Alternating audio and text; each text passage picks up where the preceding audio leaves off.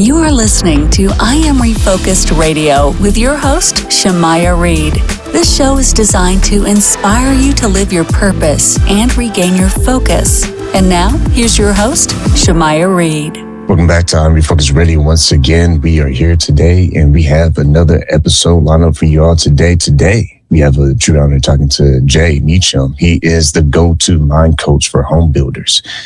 He is someone that has been skilled for multiple years. He's helping a lot of people do a lot of amazing things. He has a lot of good foundation, though, from his roots on an Iowa farm. Led his way to Fortune 500 leadership career, but he has a powerful story. He's been through some trials and some challenges in life. But I'm going to leave you all at that teaser and just welcome our guest today, Jay, to the show. First of all, and say, how you doing, man? It's the best day of my life. I appreciate that. That's not a bad place to be. So I appreciate you saying that. Let's talk about, first and foremost, the backstory. You have a story where you grew up on an Iowa farm. Tell us a little bit about that, and how did you climb your way to going through a Fortune 500 ladder? Because that's not an easy task. That takes a little bit more than luck. Yeah.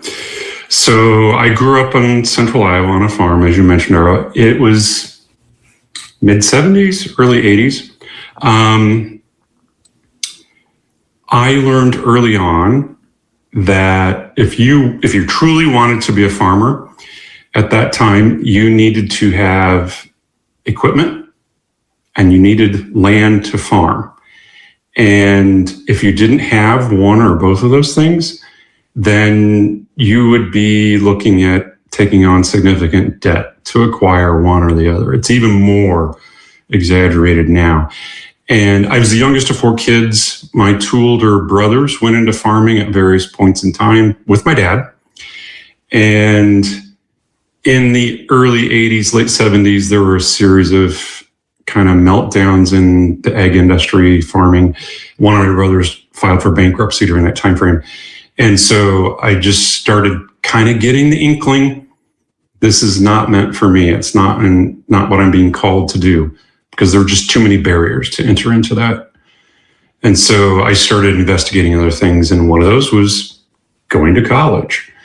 And at the time, in-state to go to school at Iowa State University or University of Iowa or University of Northern Iowa, public institutions, it was more expensive for me, and I was going to have to foot the bill for education because family income was not there to send Jay to college.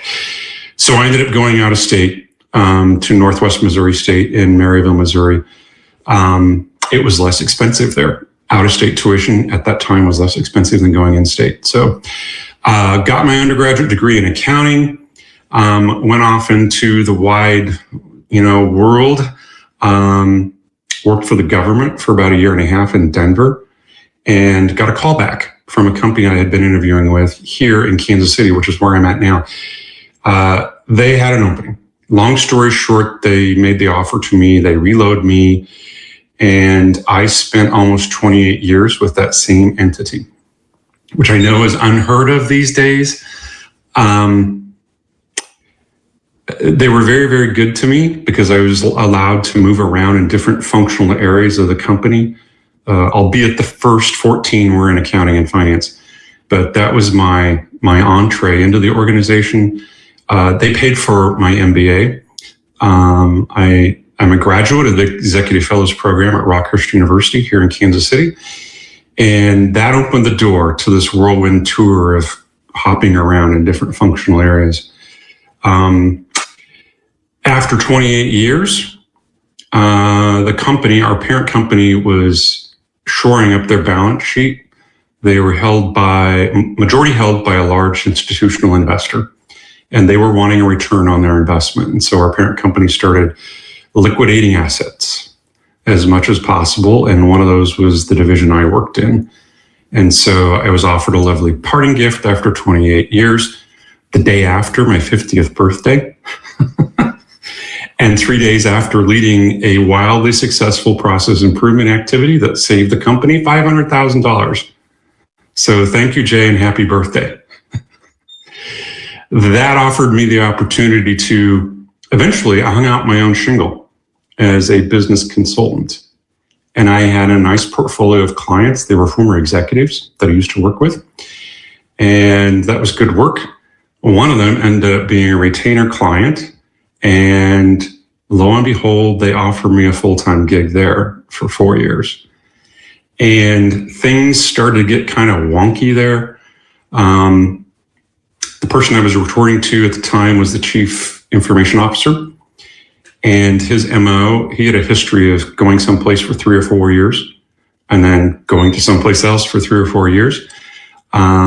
He told me when I first started working with him, don't get attached because I'm into year 2 of 4 years here. So his 4-year tenure was coming up and things were changing at the executive C-suite level. In the span of 18 months, all 10 of the executive leadership team changed. 2 were promoted from within. The other 8 came from outside of the industry. And so when you have that kind of change taking place at that level, it's bound to trickle downhill, so to speak. And I was growing more and more dissatisfied, unrewarded, unre-riched in what I was doing. I had a reputation of being the go-to guy. If you want to get something done, go to Jay. He knows who to get in a room or on a team. He has influence. He's highly collaborative. And that was all well and good. After so much of that, I just was like, okay, I'm done doing this. I'm tired of being somebody else's gopher to get their work done for them and not being recognized. And so September, before the shutdown, before quiet quitting was a thing, I walked out during the course of the weekend. And this was not something that was spur of the moment kind of a thing. My wife and I had been talking about it for quite some time. And she worked full-time too. We were both working full-time for many, many, many years. And we didn't need the income anymore. We were debt-free, sent 3 kids off to college, had been contributing to retirement savings for years and years and years. So we didn't need the income. And all that combined for me to walk out in September before the shutdown the following year. You want to talk about transformational experience. It was all that. So I sat out on the sidelines for a while, figuring out what my next move would be. And I wound up doing personal financial coaching and then later moved into business life and leadership coaching, which is where I'm at now. I have my own practice. And yes, I work with home builders and skilled tradespeople here in the Kansas City area and beyond. I am the go-to mind coach for them. It's a niche I created because I saw a need there. It's one of the fastest growing sectors in the United States, behind IT, behind travel and leisure. Then there's construction, commercial construction, residential construction. So that's my journey. Again, listen on Refocused Radio and watching us online, talking to our special guest today. You can go to Jay Meacham's website. His website is coachjmeacham.com. Again, it's coachjmeacham.com. Let's talk about what you do for your clients. So many builders and tradespeople, sometimes they are, going through a lot of pressure points themselves. They might at times feel boxed in. They might feel like they're on the verge of burning out. That gas tank is probably on E, not to be funny in current times, but what are some of the reasons that you see them feeling this way, and what do you believe gets them there? You've hit it. They're stuck. They're burnt out. It's not sustainable to be walking around stretched so thin. And oftentimes folks will come to me expressing one of 2 things. I call them symptoms. Something's going on in their business.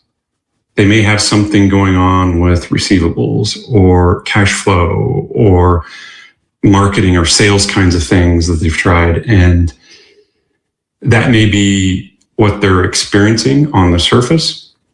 And when we get really accurate about where they're at as a leader and owner of their business, Not all the time, but typically there's something going on with them as the leader. They may have started this business from scratch. Let's say they worked in skills trades originally as a part of a crew. And after doing that for so many years, they got the itch to start their own business because they felt they could build a better mousetrap, so to speak. And so they start building homes. And things are all great for a while. And then they start to realize, ooh, this is a business. I've created a business. I'm the business owner. I'm leading a team. And they've never experienced this before. They've had no formal training. It's not bad. It's just that they've never had any formal training around business and leadership. And so they catch themselves after a while. It's untenable because they don't know what to do. And they're like stuck. That's when I encounter them. And sometimes it's they don't know how to grow their business. Sometimes it's one little thing is hanging them up, and they're not really sure why. And so I have a lot of tools that I use with clients. Generically, I speak of them in terms of goal line coaching tools or mindsets and soul line coaching tools. And I don't come at a client with one of those in a package or both of them in a package. It's just a lot of time up front, getting really clear and accurate about what's going on for them and in their world. Sometimes it's people are trying to figure out what their next move, how do they exit from this business that they've created. They may not have family members or heirs that want to inherit it. So what are their options there? And in those cases, they feel stuck because in their mind, they think they either have to just totally wind it down or exit from it and just leave it alone. Let somebody else deal with it. And it's typical. Our mind, the human mind, always thinks in terms of either or kinds of scenarios. And so I slow folks down and have them engage their creative brain and have them think about what are all the possibilities given whatever's going on. Don't paint yourself into a corner that restricts your thinking either or. So I ask a lot of both and kinds of questions. So there are times where people can feel like, man, I don't have time for anything. When you think about how precious time is, how valuable time is for someone who feels like they're running a construction business and they're always on call. They always have something they have to do on their to-do list. What does it actually look like for someone to actually regain that time? Because time is very important in business, and you also are known for helping them regain that time back. Mm-hmm. So it sounds counterintuitive. I oftentimes say to folks that are time crunched, slow down. Slow down. And they'll look at me and they go, Jay, I can't slow down. I got to keep hustling. I got to keep grinding. I have this I have to do. I have to go to this job site. I have to go meet with this person. I've got a prospective, client wants us to build a home, da, da, da, da, da, da, da, da. And I can take one look at their calendar. It's one thing I do with particularly home builders is sitting down and doing a little audit of their calendar. I have them pick a week, one that's already passed, one that's coming up, or the current week, some week that is representative of their normal kind of day in, day out activity. And we do an audit of their calendar. And I slow them down for 90 minutes. And this is all we do is look at their calendar.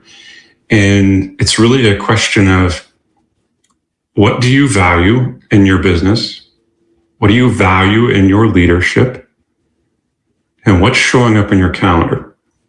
What's the message? If you were to put it in a mirror and look at it, what's it saying about you as the owner or leader of this business?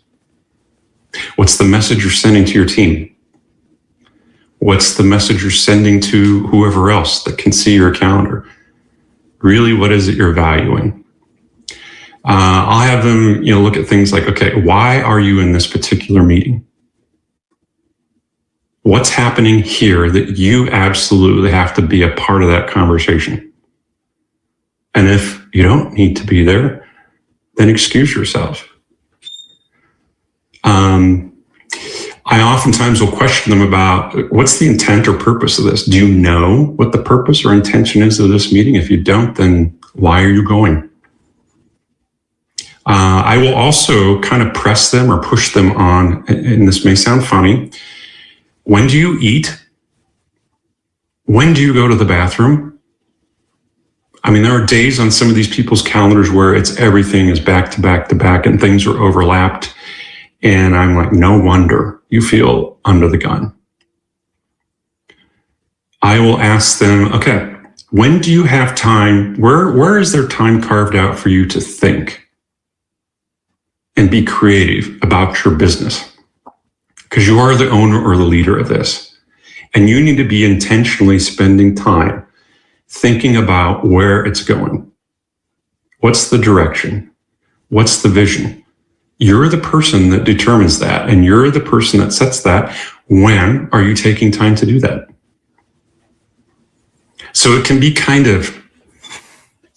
eye-opening. It can be uncomfortable. It also can be very liberating to say, okay, I don't have to go to this. I've got somebody else on my staff that can go to this. They're really the expert. They need to go, not me. I'm a visual person, so when you're talking about that, I couldn't help but think about and apologize in advance if someone doesn't like this metaphor. But it's almost like if someone's at a store and they want to check every single item that is possible to be seen in the store. That sounds crazy, but is it fair to say that business owners can find themselves in that situation where they are so worried about every small detail that they're kind of like the person in the store looking at every single possible item that can be seen? Yep, they absolutely can be. Because this is their baby oftentimes. They have created this from scratch. And at some point in time, they were filling all these multiple roles. They still may be filling them out of necessity. Other times, they've got people around them. Trust oftentimes is the issue, where they don't trust someone to do something, to do it the way they would do it, or they don't trust themselves to let go of something. That trust thing goes both ways. And it may become a conversation about, okay, who's on your team? Yeah. Who's on your team and who can you trust? Sometimes it's a conversation around, okay, I understand that you can't trust someone or you don't think they'll be able to do it the way you would do it. It becomes a conversation around delegation and how to artfully delegate something. These folks, they've not had any business or leadership training sometimes. They've heard delegate, but what does that look like in real life? So coaching them through how to delegate things is a very liberating thing. Easy to do. Sometimes they don't have the right players on their team. And so then it becomes a conversation about, okay, I oftentimes speak in terms of A players. Those are the people that the minute they wake up in the morning, they're thinking about their day ahead at work and they're looking forward to it. They are the people that will talk about the company and the culture and the leadership and their peers as raving lunatics. They absolutely love the people they're working with and where they're working. And so it becomes a conversation. Do you have those people on your team right now? And if you don't, why not? And where can you go find some? Generally, they'll have one or more than one. And so it becomes a conversation about, go ask those people, why did they come to work for you? What is it that makes them wake up in the morning ready and eager to come to work? Find out where they hang out when they're not at work, physically, or where they're hanging out online. Chances are you'll find more people like them because A players tend to hang out with each other. And the kicker is A players are A players. And so therefore they're probably working somewhere else because they are an A player. That doesn't mean they may not be looking. or some point in time down the road, they may be looking. They know other A players. So if they are overwhelmed as the owner or leader, they have to start thinking about, okay, I can't do all of this myself. I just physically, mentally cannot handle doing this all myself. And they have to figure out what it is, where they're headed, and how they want to lead their business or their company as a true leader and step into their leadership. It's about setting intention, really, and then understanding, okay, I can't do it where I'm at today. I know I can't continue to do this. Okay, let's talk about the possibilities of you continuing to do some of this and others doing some of it. Once again, listen on Refocused Radio and watching us online, talking to our special guest today. Go to our guest website, is coachjmeacham.com. And I know we're getting short on time, so let's talk about non-negotiables. There's two things that you touch on: identifying non-negotiable values and also finding a sweet spot. That kind of ties in what we've been talking about moments ago.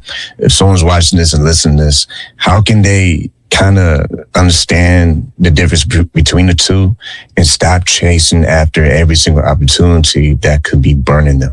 Yeah. So really quick, non-negotiables are those things that you just don't compromise on as a leader, as a person in your business, in your life.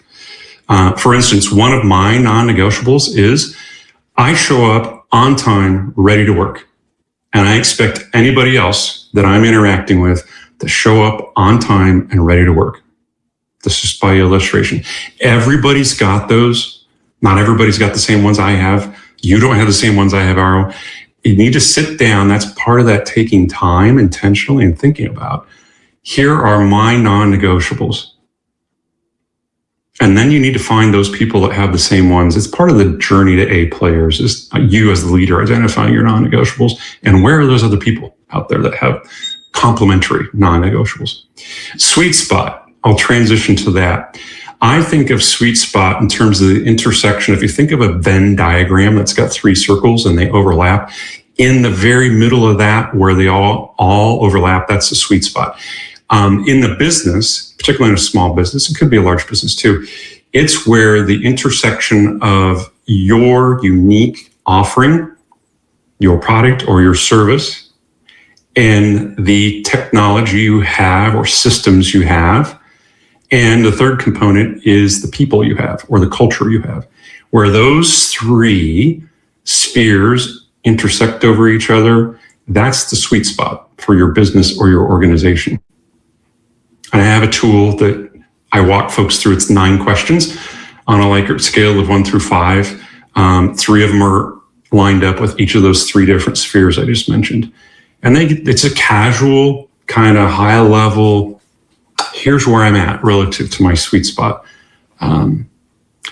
So those non-negotiables show up in that culture sphere as one of the things. Well, once again, been listening to Refocused Radio. I have one more question I can ask you real quick, and that is, faith is something that has played a big role in your personal journey. And for those who are watching, listening to us, if you just zoom out and look at purpose and how that plays a role in your business, what's something that they can pay attention to better, that can better position themselves as they are attempting to grow the business? Yeah. Faith has played a huge role in my life. And it's interesting the number of people I meet with, Arrow, that have fallen away from their faith or some kind of spiritual practice, right, wrong, or indifferent. They just have drifted away. And sometimes that's all they need to do, is to go back to that and anchor themselves and get really crystal clear about what their purpose is here in life. I mean, our Creator has all given us gifts, skills, and talents that we are meant to use and to share with others. And so grounding yourself in whatever faith tradition it is that you come from, have drifted away from, pick up the phone. Your Creator is waiting for you to call Him. He will offer you countless graces and direction over and over and over again. Just have to be open to it. Yeah, that was a great point and almost a mic drop moment. So I'll leave it there. Once again, been talking to our special guest, Jay Meacham. Go to his website, coachjmeacham.com. Wish we had more time, but we might have to just have you back on because I feel like if I ask another question, it might be another 30-minute show. So with that, I want to say thank you for being on. If you have one last thing you want to say to our viewers and listeners, what do you want to tell them? Here's what I would say to them is how you do anything is how you do everything. And that's something my dad used to say. So there you go. Once again, listen to Refocused Radio. Go to our website, refocusedradio.com, to find out where you can listen to all the amazing episodes right there on the homepage or anywhere you get your podcasts. But don't forget, go to our guest website. His website is coachjmeacham.com. Again, that's coachjmeacham.com. Like always, thank you, Jay, for your time. Thank you.